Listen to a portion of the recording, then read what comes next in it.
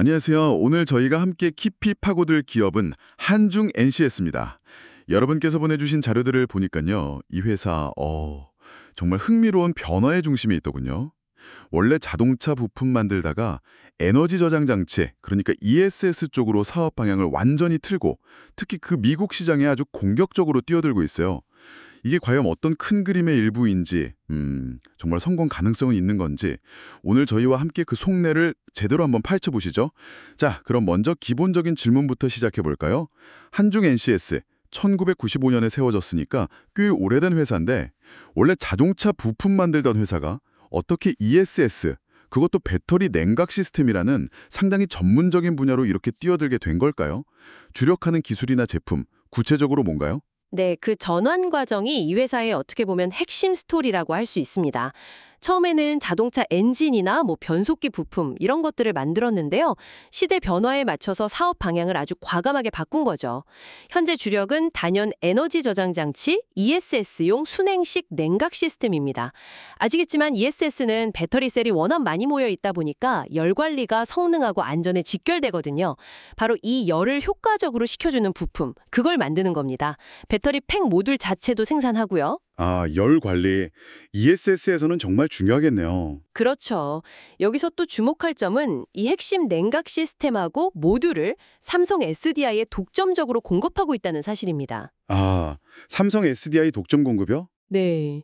단순히 부품 공급사를 넘어서 핵심 파트너로서의 위상을 가지고 있다. 이렇게 볼 수 있는 거죠.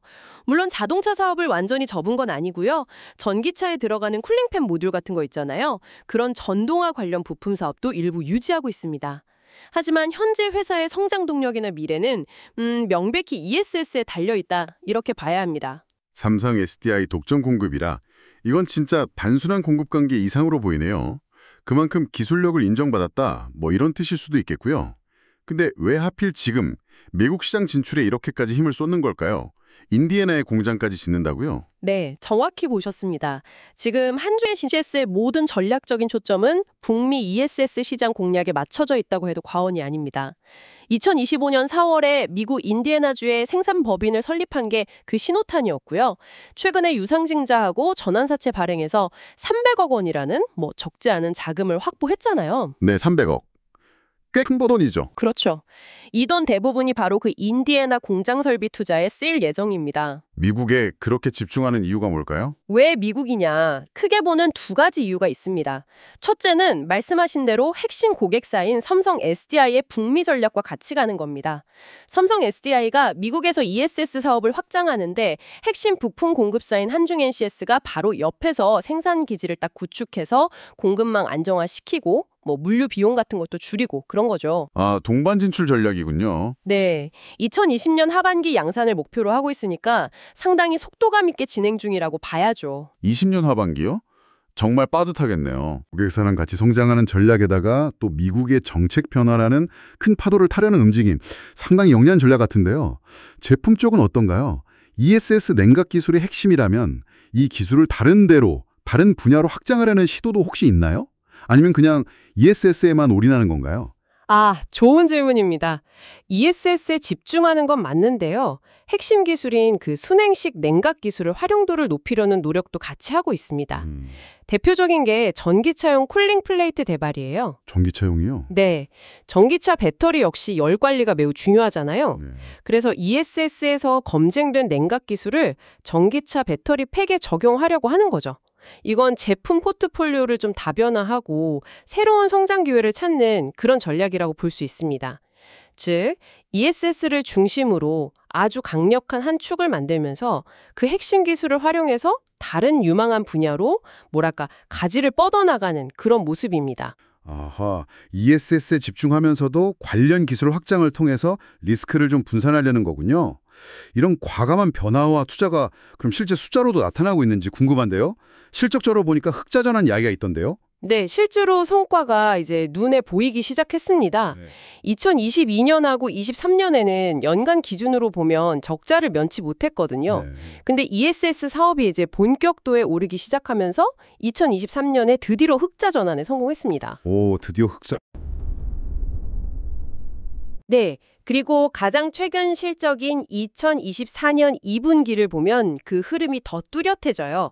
연결 기준으로 매출액이 437억 원, 영업이익은 24억 원을 기록했습니다. 24억 원. 이게 작년 같은 기간하고 비교하면 매출은 48.6%, 거의 50% 가까이 뛰었고요. 영업이익은 적자에서 흑자로 완전히 돌아선 거죠. 와, 엄청난 턴어라운드인데요? 네, 그렇죠. 이 실적 개선의 가장 큰 원동력은 역시나 ESS 사업입니다.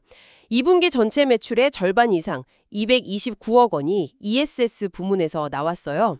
기존 자동차 부품 사업이 좀 부진했는데 이걸 ESS가 완전히 메우고도 남는 수준으로 성장한 겁니다.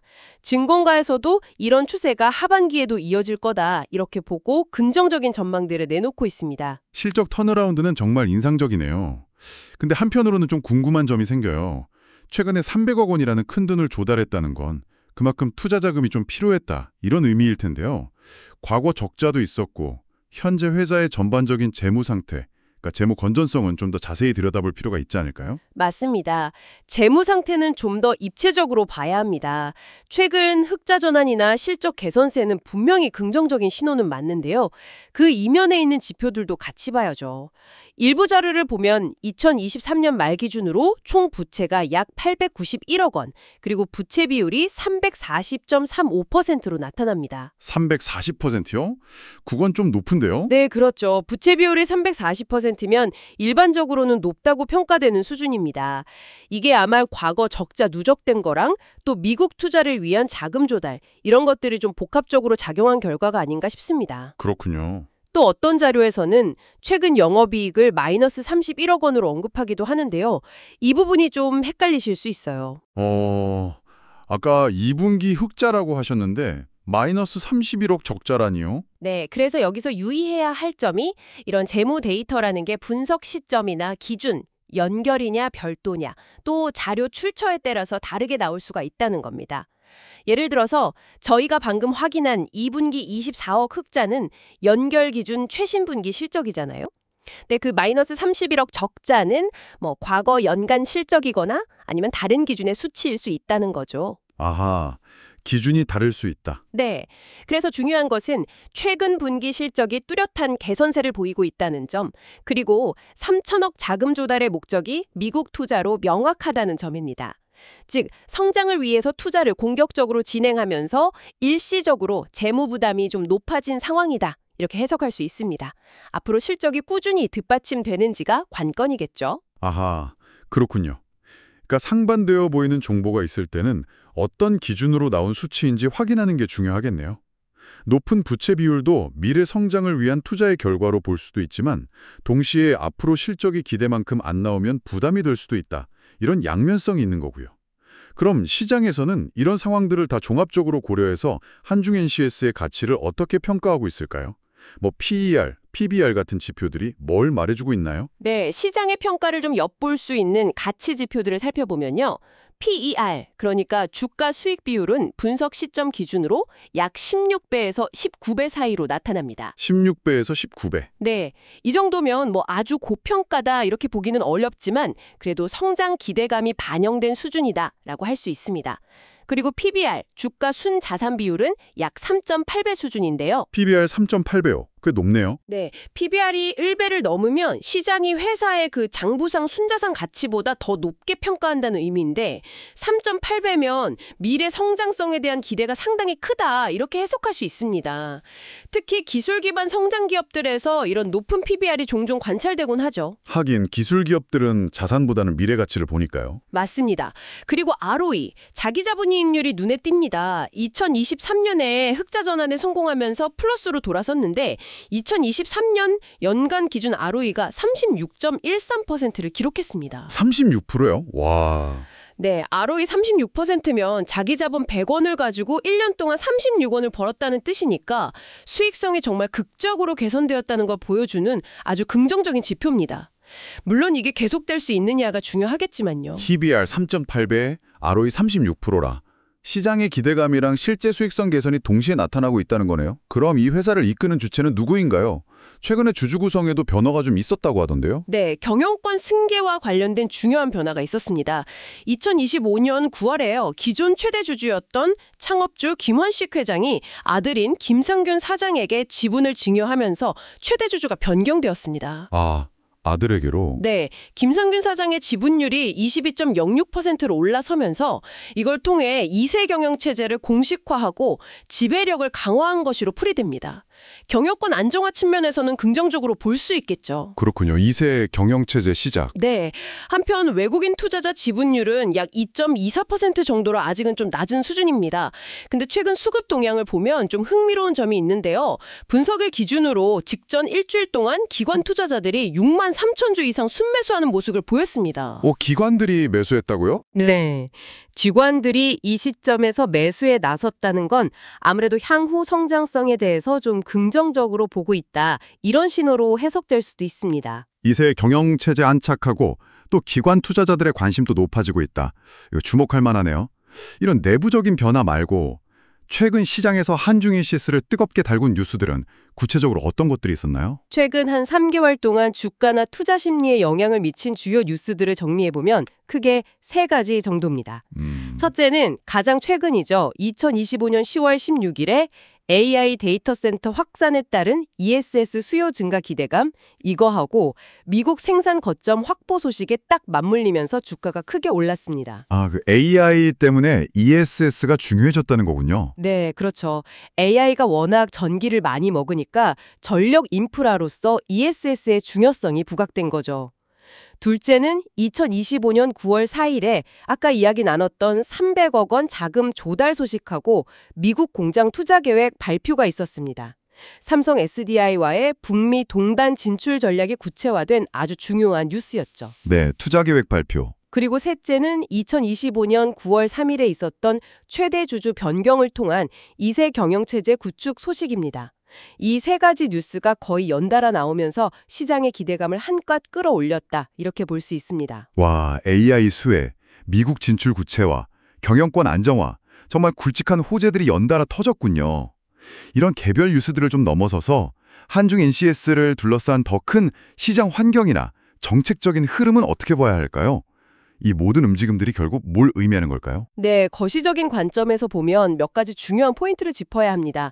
가장 결정적인 외부 변수는 역시 미국의 정책, 특히 IRA, 인플레이션 감축법하고 중국에 대한 관세 정책입니다. 아, 미국 정책이요? 네, 미국 정부가 자국 내 생산을 장려하고 또 배터리나 ESS 부품 공급망에서 중국 의존도를 낮추려는 의지가 굉장히 강하거든요. 이런 기조가 강화될수록 중국 기업과 경쟁하는 한중 NCS 같은 한국 기업에게는 어떻게 보면 반사 이익의 기회가 생길 수 있다는 겁니다. 반사 이익? 네. 삼성 SDI를 통해서 미국 시장에 진출하고 더 나아가서 미국 현지에 직접 생산 기지까지 구축하는 건 바로 이런 정책적 흐름에 올라타려는 아주 전략적인 포석이라고 봐야 합니다. 공급망을 미국 중심으로 재편하려는 움직임 속에서 유리한 위치를 선점하려는 거죠. 와, 진짜 글로벌 사업 환경이 복잡하게 돌아가네요. IRA다, 관세다 뭐다 해서 기업들 입장에서는 정말 머리 아프겠어요. 네, 맞습니다. 근데 이게 한중 NCS에게는 오히려 기회가 될 수도 있다는 점이 흥미로운 거죠. 그래서 시장에서는 한중 NCS를 주로 ESS, 2차 전지, 전기차 부품, 그리고 냉각 시스템, 순행식, 더 나아가 액침 냉각까지 이런 관련 테마주로 분류합니다. 전 세계적인 탄소 중립 흐름이나 신재생 에너지 확대 정책 때문에 ESS 시장 자체가 구조적으로 성장할 수밖에 없는 환경이고요. 여기에 더해서 최근에는 AI 데이터 센터의 그 폭발적인 전력 소모 증가가 새로운 성장 동력으로 떠올랐습니다. 아, 데이터 센터. 네, 데이터 센터를 안정적으로 운영하려면 막대한 전력이 필요한데 기존 전력망만으로는 한계가 있으니까 ESS가 필수적인 보조장치로 부상하는 겁니다. 이런 큰 메가 트렌드들이 한중 NCS에게는 아주 우호적인 사업 환경을 만들어주고 있는 셈이죠. 그렇죠. 우호적인 환경이랑 구체적인 호재들이 맞물리면서 최근 주가도 아주 강하게 반응했습니다. 특히 10월 16일 주가 움직임은 정말 드라마틱했죠. 맞아요. 그날 주가가 엄청나게 올랐던데요. 17% 넘게 상승했건 걸로 기억합니다.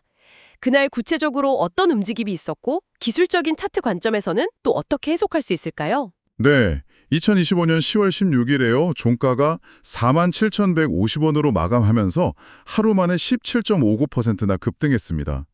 장중에는 49,000원까지 치솟기도 했었고요. 기술적으로 보면 상당히 오랜 기간 동안 옆으로 이렇게 횡보하던 주가가 최근 들어서 거래량이 폭발적으로 늘어나면서 방향을 위로 확 틀었습니다.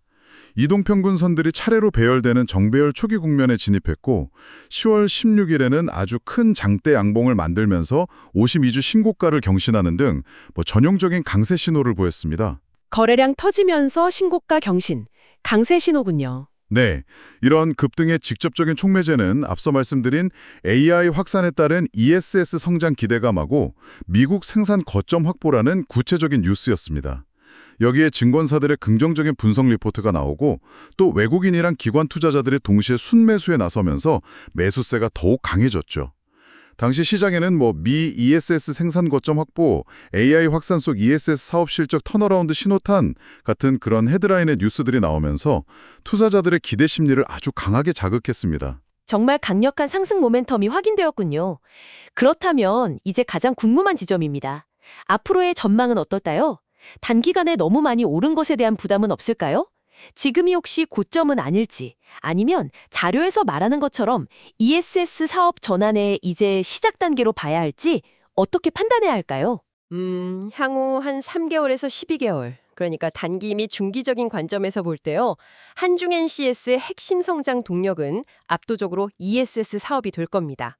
여기서 중요한 것은 글로벌 ESS 시장 자체가 이제 막 본격적으로 열리는, 개화기 초입에 있다는 점입니다. 개화기 초입이요. 네, AI 데이터 센터나 신재생 에너지 보급 확대 같은 구조적인 요인들이 워낙 강력해서 시장 조사기관들은 2030년까지 ESS 시장이 연평균 34% 수준의 엄청난 고성장을 기록할 것으로 예측하고 있습니다. 연평균 34%면 정말 대단한 거죠. 34%? 엄청나네요. 그렇죠. 따라서 현재 주가 수준이 단기적으로는 조금 부담스러울 수 있겠지만 시장 자체의 성장성을 고려하면 정점을 논하기보다는 성장 사이클의 초입 국면으로 보는 것이 더 합리적이지 않을까 싶습니다. 한중 NCS는 이 거대한 시장 성장 속에서 특히 삼성 SDI와의 파트너십을 통한 미국 시장 진출이라는 확실한 발판을 가지고 있고요. 글로벌 기업과의 협력, 그리고 미국 정부의 정책적 지원이라는 순풍까지 더해져서 미국 중심의 공급망 재편 과정에서 수혜를 입으면서 성장할 가능성이 높다. 이런 평가가 지배적입니다. 성장 초입 국면이라는 진단 상당히 설득력 있게 들리네요. 하지만 언제나 그렇듯이 밝은 전망 이면에는 주의해야 할 점들도 있겠죠. 자료들에서 언급된 잠재적인 위험 요인들은 어떤 것들이 있을까요? 물론입니다. 장밋빛 전망만 있는 건 아니죠. 자료들에서 공통적으로 지적하는 몇 가지 위험 요인이 있습니다. 첫째는 아까 잠시 언급했던 과거 영업 손실 이력하고 상대적으로 높은 부채 비율입니다. 최근 흑자 전환했지만 과거 내연기관 부품 사업 부진의 영향이 있었고 또 미국 투자 등으로 재무 부담이 늘어난 상태잖아요. 향후 꾸준한 이익 창출을 통해서 재무 구조를 개선하는 게 중요한 과제입니다. 네, 재무 개선 과제. 둘째는 중국산 원자재 의조인도 문제입니다. 핵심 부품 생산에 필요한 원자재 일부를 만약 중국에 의존하고 있다면 공급망 리스크에 노출될 수 있습니다. 특히 미중 갈등이 심화되거나 미국의 대중국 정책이 예기치 않게 변경될 경우 타격을 받을 수 있으니까 공급망 다변화 노력이 필요하겠죠. 원자재 문제도 있군요. 네. 셋째는 높은 설비 투자 캐펙스 부담입니다. 미국 인디애나 공장 건설하고 설비 도입하는데 막대한 자금이 투입되거든요. 이 투자가 결실을 맺기까지는 시간이 좀 걸릴 수 있고 초기 투자 회수 기간 동안 현금 흐름에 부담을 줄 수 있습니다. 마지막으로 시장 경쟁 심화 및 지정학적 리스크입니다. ESS 시장의 성장성이 부각되면서 글로벌 경쟁은 당연히 더 치열해질 것이고 미중 무역 분쟁 같은 예측 불가능한 외부 변수도 항상 염두에 두어야 합니다. 여러분께서도 이러한 잠재적 위험 요인들을 앞서 논의한 성장 잠재력과 함께 좀 균형 있게 살펴보시는 것이 중요합니다. 네, 성장 스토리만큼이나 잠재적 위험 요인들도 명확하게 인지해야겠군요. 자, 오늘 한중 NCS에 대해서 정말 깊이 파고 들어봤는데요. 정리해보면 이 회사는 ESS라는 확실한 성장 엔진을 장착하고 삼성 SDI와의 파트너십 및 미국의 정책 변화를 발판 삼아서 미국 시장이라는 큰 무대로 도약하려는 그런 야심찬 계획을 실행 중인 기업입니다. 물론 그 과정에서 재무적, 운영적, 지정학적 도전 과제들도 안고 있고요. 오늘 분석을 통해 청취자 여러분께서 꼭 기억하셔야 할 핵심 시사점은 무엇일까요? 네, 가장 중요한 것은 한중 NCS가 고성장하는 ESS 시장의 핵심 플레이어로 자리매김하고 있다는 사실인 것 같습니다. 독자적인 순행식 냉각 기술력과 삼성의 SDI라는 강력한 우군을 바탕으로 특히 미국 시장 확장이라는 명확한 성장 전략을 추진하고 있다는 점, 이걸 주목해야 합니다. AI와 친환경 에너지 전환이라는 거대한 흐름 속에서 구조적인 수혜가 기대되는 그런 위치에 있는 거죠.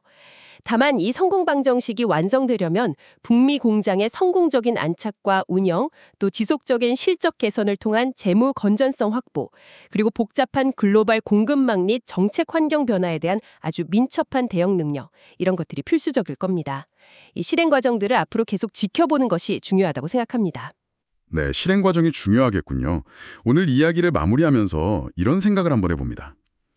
AI 시대의 도래로 인해서 전력 인프라의 중요성이 그 어느 때보다 커지고 있습니다. 어쩌면 한중 NCS처럼 ESS 냉각 시스템 같은 눈에 잘 띄지는 않지만 없어서는 안 될 핵심 부품 기술을 가진 기업들이야말로 최종 제품을 만드는 거대 기업들 못지않게 중요하고 희소한 가치를 갖게 되는 건 아닐까요? AI 혁명을 가능하게 하는 보이지 않는 기반 기술, 그 숨겨진 주인공이 될 잠재력을 가진 것은 아닌지, 단순히 삼성 SDI의 협력사를 넘어서 이들의 냉각 기술 자체가 미래 에너지 시스템에서 어떤 역할을 할지 계속 관심을 가져보시면 흥미로운 관점을 얻으실 수 있을 것 같습니다. 오늘 저희와 함께 해주셔서 감사합니다.